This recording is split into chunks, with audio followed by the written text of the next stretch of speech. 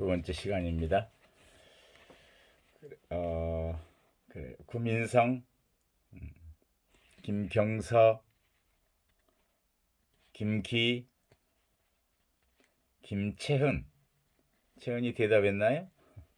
손민석, 송창혁, 신재균, 신정민. 정민이 잘 지내요? 리포터 때문에 좀 염려가 많았었죠?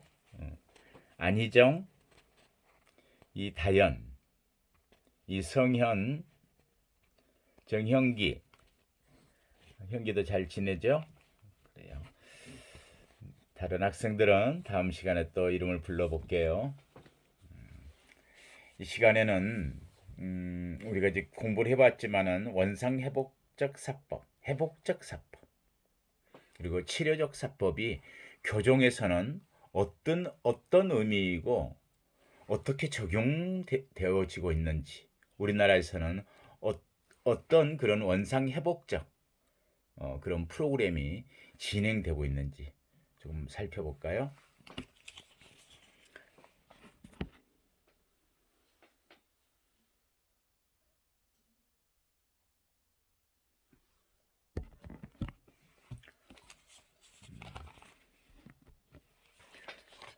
우선 원상회복적 사법 이야기를 하기 전에 노란 손수건이라고 하는 그런 제목으로 제가 하나의 이야기를 들려드릴게요. 이 이야기는 이 이야기의 근거에서 예전에 몇 년 전에 서울지방교정청에서 노란 손수건 프로젝트를 진행했던 바가 있었어요. 지금도 잘 진행되고 있었으면 좋겠는데 늘 연속성이 떨어지는 것 같아요. 교정 프로그램들이. 자, 한번 이야기를 들려드릴 테니까 원상회복적 무엇이 원상회복인지 한번 생각해 볼까요? 미국 플로리다로 가는 버스 맨 앞자리에 한 남자가 혼자 앉아 있었어요. 그는 허름한 옷을 입고 무겁게 입을 다물고 가만히 앞만 바라보고 있었지요. 그의 옆에는 낡고 큰 가방이 아무렇게나 놓여져 있었고요. 가족끼리 또는 연인끼리 여행을 가느라 잔뜩 흥분한 승객들이 여기저기서 하하 호호 웃으며 시끌벅적했지만 그는 아랑곳하지 않고 돌처럼 꼼짝도 하지 않았어요. 한참을 달리던 버스가 휴게소에 멈추고 승객들이 모두 차에서 내려 음식을 사 먹는 동안에도 그 남자는 그 자리에 처음 모습 그대로 앉아 있었죠. 그의 행동은 버스에 탄 사람들의 관심을 끌기에 충분했습니다. 무엇을 하는 사람일까? 무슨 슬픈 일이 있었을까? 버스에 있던 사람들이 잔뜩 궁금해했어요. 그러다 용기 있는 한 여자가 말을 걸었어요. 그는 한참을 머뭇거리다 그의 이야기를 들려주었습니다. 그는 4년을 감옥에 있다가 석방이 되어 집으로 가는 길이었어요. 가석방이 되던 날 나는 아내에게 편지를 썼어요. 만일 나를 용서하고 받아들인다면 가해자 피해자의 관계에서의 회복적 사법은 아니더라도 회복적 사법에서 가장 중요한 건 뭔가요? 그래도 가족관계 회복들이.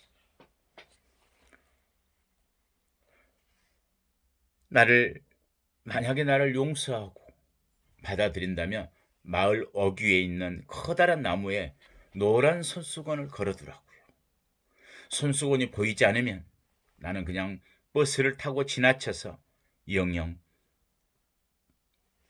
떠나버리겠다.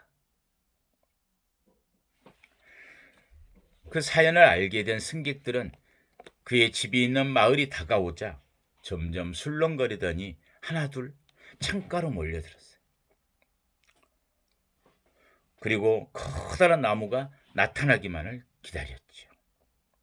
남자의 얼굴은 점점 더 긴장감으로 굳어져만 갔어요. 다른 승객들도 아무런 말을 하진 않았지만 긴장을 하고 있는 게 틀림없었지.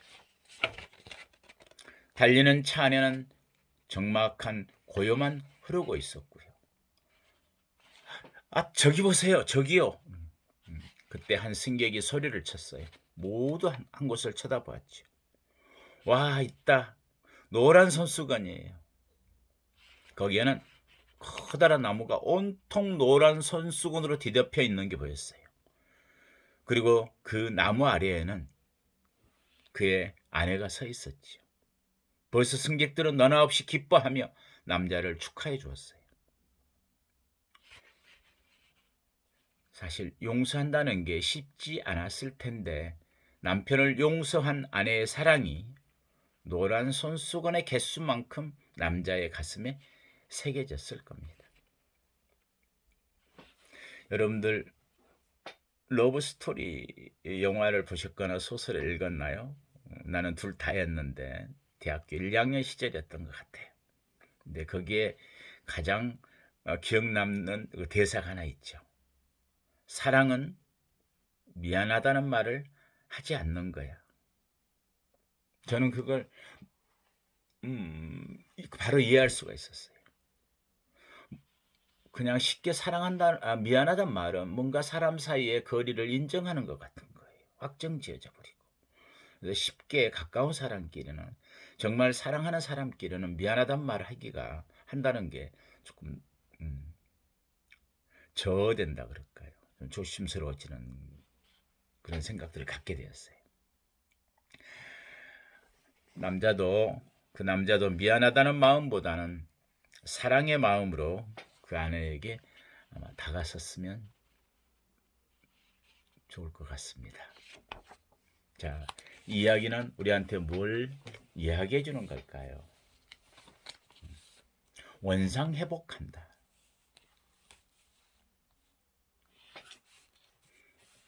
또는 회복적인 것은 연결도 잘 돼야 되면 그러한 관계가 강화되는 것까지.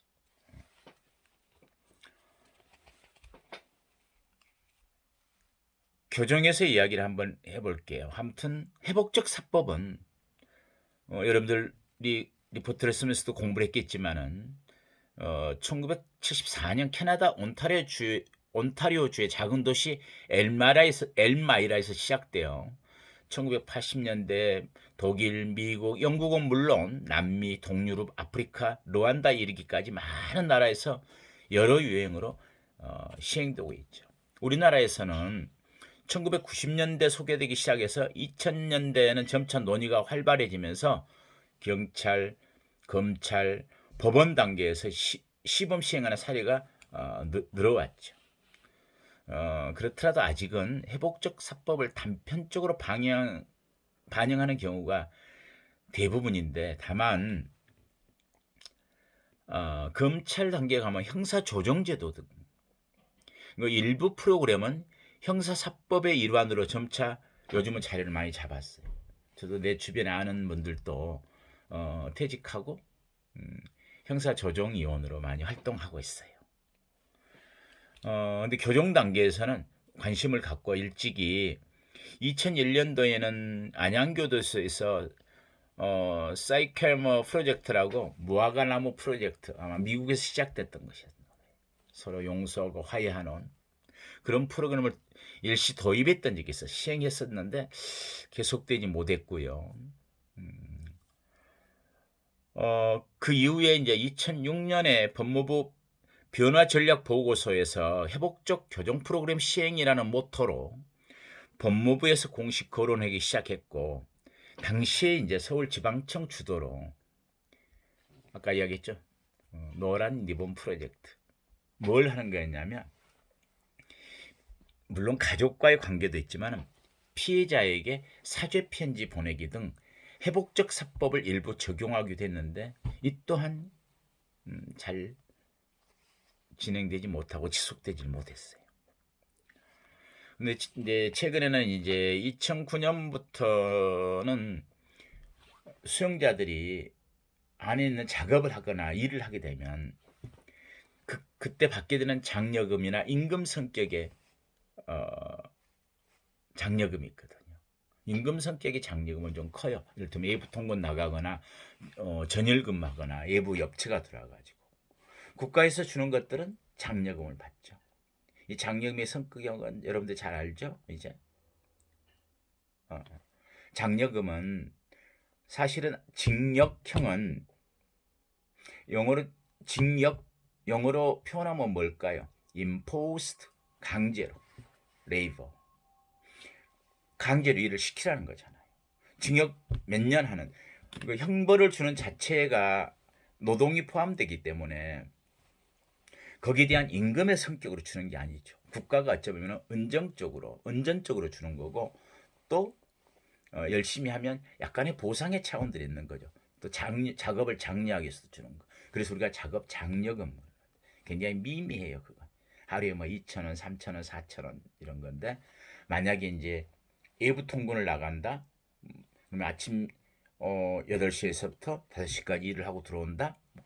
또는 외부 업체가 들어와서 주중에는 아침부터 저녁까지 일을 하고 주말에 운동과 접견을 한다. 이런 시스템으로 운영을 될 때는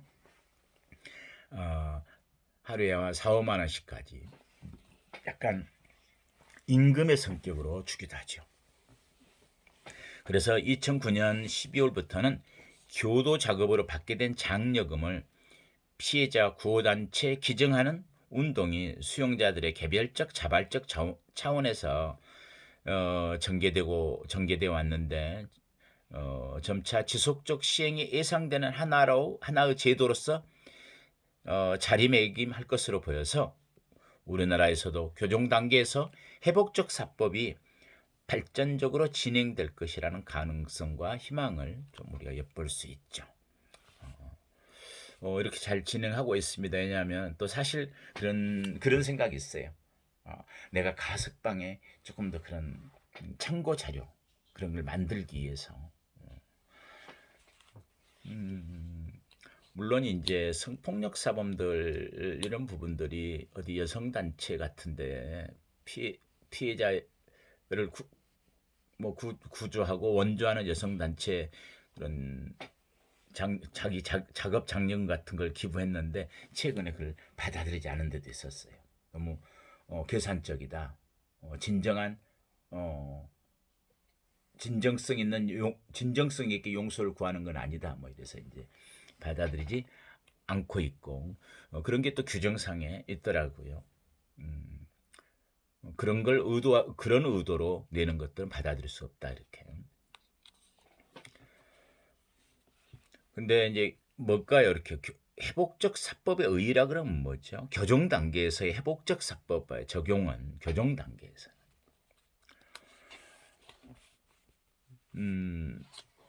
처벌보다는 회복적 사법이 갖고 있는 의미는 처벌보다는 가해자에게 피해 회복의 기회를 줌으로써 결과적으로 법적 처벌보다 선도와 예방의 효과가 있을 수 있다는 새로운 생각이 나오게 된 거죠. 그리고 이에 따라서 형사사건 피해자와 가해자가 일반적 사법 절차가 아닌 자발적 동의를 바탕으로 조정 전문가의 안내와 조언을 받으며 직접 대면해서 협의를 통해 조정, 화해를 과정을 갖도록 하는 모델이 이야기했듯이 이제 여러 가지 검찰, 법원, 교정 단계에서 다 다양하게 적용되는데 교정 단계 회복적 사법의 적용은 가해자가 자신의 범죄에 대한 책임을 통감하고 이 부분은 굉장히 사실 중요해요. 어려운 부분이기도 해요. 저도 교정에 있으면서 무엇이 가장 비정상의 정상으로 돌리는 길일까 했을 때 늘 생각하는 게 이런 부분인데 재판을 받기 전까지는 다 제 잘못입니다. 죽을 때까지 피해자에게 용서를 구하겠습니다. 반성하고 정말 봉사하면서 살겠습니다. 이렇게 했다가 형이 확정되는 순간에 수용자 신분이 되니까 이제 모든 책임을 다 벗어난 듯이 그렇게 행동하는 수용자들, 그런 범죄자들. 진정성 있는 반성과 참여 없이 사람이 변화될까? 이 부분에 대한 고민을 많이 해서 한 프로그램을 만들게 됐었습니다만 어찌 되었건 책임을 통감하는 게 중요하잖아요. 스스로의 책임을 통감하고 피해 회복을 위해 진지하게 노력하는 과정에서 주체적으로 진정한 사회 복귀의 길을 찾아가도록 제사회화를 촉진하게 된다. 또한 피해자가 당한 정신적, 물질적 피해 회복에 노력함으로써 피해 이전의 생활 상태를 회복하는 데 도움을 주고 궁극적으로 법 공동체의 평화 회복에 기여하게 된다. 이게 교정에서의 회복적 사법의 의의겠죠. 무엇과 연결되어 있어야 돼요? 그렇죠. 제사회화. 그러기 위해서 반성과 화해와 또 용서의 기여와 화해와 이런 속에서 스스로 자율적으로 주체적으로 진정한 변화를 하는 성공적인 제사회화가 이루어질 수 있다. 물론 한편 여기에 따라서 이제 피해자는 사건의 진상과 처리 절차, 특히 가해자의 처우에 대한 정확한 정보를 알게 되고 가해자의 처우에까지 참여함으로써 형사사법의 주변인이 아닌 주체로서 그래야 자존감을 회복하게 되잖아요. 자존감을 회복할 수 있게 되는. 또한 사건에 대한 자신의 입장이나 감정, 사건 후의 상황을 가해자에게 전달할 기회를 갖게 되고 이와 동시에 가해자의 진면목을 확인함으로써 가해자에 대한 막연한 불안감들 끝까지 또 불안감도 갖게 되잖아요. 불안감이 해소될 수 있어서 이후에 그 피해자의 삶에도 안정적으로 살 수 있도록 도와줄 수 있다. 이게 교정에서의 회복적 사법의 의의죠. 의미고.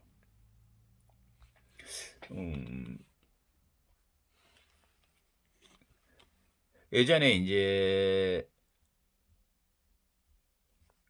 몇 가지 것들에 대한 프로그램에 대해서 한번 이야기를 해줄게요.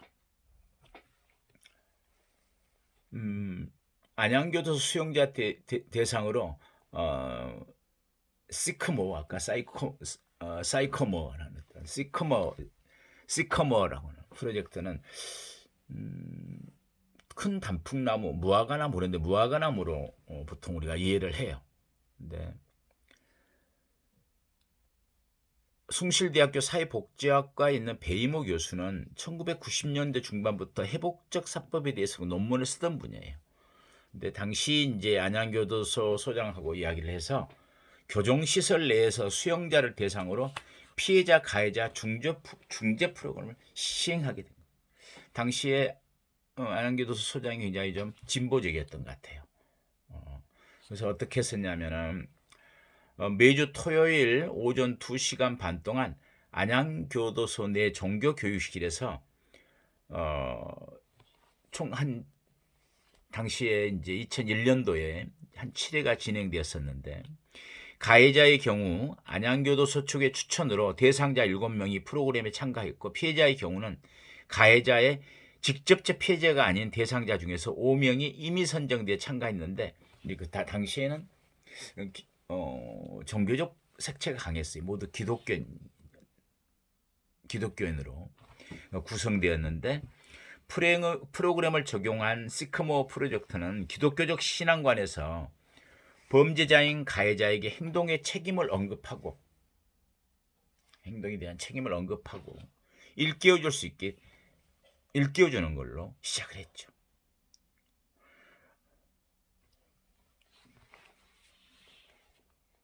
이러한 프로그램은 중재 프로그램에 따로 이렇게 진행이 이루어지는데 첫 번째는 예비적 모임, 당시도 진행되면서 피해자와 가해자가 직접 만남, 마지막으로는 이제 그런 부분을 모니터링해서 어떻게 변화되고 어떻게 사후 조치할 건지 이렇게 해서 진행이 됐었는데 당시 내용을 보면 이래요. 1주차에는 이게 7주로 진행됐다고 그랬잖아요. 서로 소개하기. 두 번째 주에는 범죄란 무엇인가. 3주차에는 어떤 책임감에 대한 부분. 4주차 고백과 반성, 용서하기. 5주차 손해배상과 화해. 6주차 손해배상을 실행하기. 7주차는 이제 뭐 축하 예배를 하고 종결하는 의식을 갖는, 이렇게 한번 진행했던 적이 있었죠. 당시에는 그렇게 첫 시행인데도 자체 평가로는 굉장히 좋은 성과를 얻었는데 계속하지 못한 건 좀 아쉬운 점이죠. 그리고 소위 이제 약간 노란 리본 프로젝트, 이때는 이제 화해의 만남, 편지 보내기 등을 시행했던 그런 걸 아까 뭐 이야기를 했었고요. 그다음에 이제 자급장려금 범죄 피해자 보호단체에 기부하는 것은 아까 설명했듯이 2009년부터는 교도 작업으로 받게 된 장려금을 피해자 구호단체에 기증하는 운동들이었죠. 이건 보통은 좀 개별적이고 자발적으로 이루어졌었어요. 전개되어 왔어요. 기타 우리가 이제 교정에서 이제 회복적 프로그램들로 보면은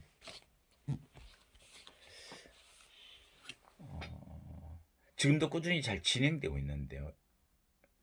많이 들어봤나요? 가족관계 회복 프로그램 중에 하나인데 교도소에서 아버지 학교. 일반에서 다지 교도소 아니고도. 그래서,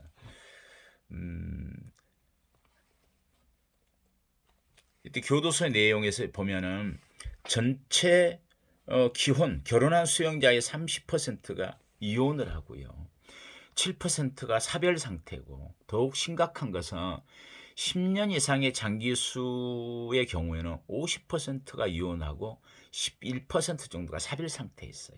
그래서 수용자 가족은 정신적 충격, 경제적 혼란, 그리고 사회적 비난의 사건으로 인해서 오히려 지역 살던 곳에서 떠나게 되는 그런 경우가 많고, 배우자나 자녀의 가출, 탈선으로 정말 이런 부분들은 이제 범죄의 대물림, 이런 생각을 저도 하게 되는데요. 그런 경우가 적지 않아요. 그래서 제2의 피해자, 잊혀진 피해자로 지칭되는 수용자 자녀들은 수치심과 어떤 불안감, 학업 중단, 또 학대와 범죄 환경의 노출로 인해 범죄자가 될 확률이 미국의 같은 연구 결과에 보면 일반 아동 청소년에 비해서 무려 5배 정도가 높은 걸로 나와요. 그래서 회복적 사법에서는 수용자 가족관계 회복이 무엇보다도 그러한 가족 회복이 치유가 필요한 영역이고, 가족 관계가 회복될 수 없더라도 최소한 심리적 안정이 선행되지 않으면 다른 회복적 사법으로도 나가기가 어려운 내용이. 그래서 이제 2011년도에는 법무부 주요 업무로 장기 수용자 가족 건강성 회복 및 위기자녀 지원 프로그램 시행을 확정하고, 행안부, 여성가족부, 보건복지부 와 융합행정을 통해서 다양하고 실제적인 가족관계 회복 및 지원 정책을 추진하고 있죠. 교정에서는 2003년부터 당시에도 지금은 퇴직을 했네요. 독실한 신앙을 가졌던 교도관, 유능한 어떤 교도관이 있었는데, 저는 본부에서 같이 법무부 과장으로 일을 했던 직원이 있었어요. 이 사람이 2003년부터 해서 여주교도소 처음으로 교도소 아버지 학교라는 걸 만들었어요. 사단법인 두란노 아버지 학교 운동본부 지원으로 전국적으로 실행해 오고 있는데, 이때부터 교정에서도 지속적으로 지금 운영하고 있습니다. 굉장히 반응도 좋고 효과가 있다고 생각해요. 저도 법무연수원 교육을 받으러 갔더니 그 대상자들을 상대로 아버지 학교 그 교육 프로그램을 진행하는데 참가한 적이 있습니다. 대단히 감동적인 부분들이 많죠. 마지막에는 가족들하고도 만나는 그런 걸로 종교를 하기도 했었는데, 서로 발도 씻겨주고 뭐 이런 기억들이 납니다. 또 인제 그런 회복 프로그램의 일종일 수 있는데 지역사회 사회봉사활동 프로그램들. 교도소에서는 보람이 봉사단이라 그래서 수용자들이 지역사회에 어떤 봉사하는, 저도 많이 했던 건 천안에 있을 때 개방교도소 시절에 천안에 의외로 주변에 그게 많아요. 막 배나무들이 있는 농장들, 과수원들이 있는데 꽃바지라 그런가요? 그거 할 때 하고 뭐 적과한다 그러죠. 크게 키울 과일을 남겨두고 조그만 걸 따는 작업들. 근데 일손이 부족하다 그래서 제가 직접 수용자들을 다 데리고 보람이 봉사단을 데리고 직접 거기 가서 꽃가루 바지 그걸 했던 경험도 있습니다. 이런 부분들은 지역사회와 지역사회 봉사함으로써 뭔가 가해자도 피해자도 지역사회도 한때 법 공동체 안에서 법 공동체로서 회복하는 그런 프로그램으로 진행되고 있습니다. 그래요. 이게 교정에서 주로 하고 있는, 그리고 교정에서의 회복적 사법에 의고 진행하는 프로그램들입니다. 다음 시간에는 치료적 사법에 대해서 좀 더 이야기를 하고 13주, 14주, 15주차 진행에 대한 이야기를 하도록 하죠. 좀 쉬었다 할까요?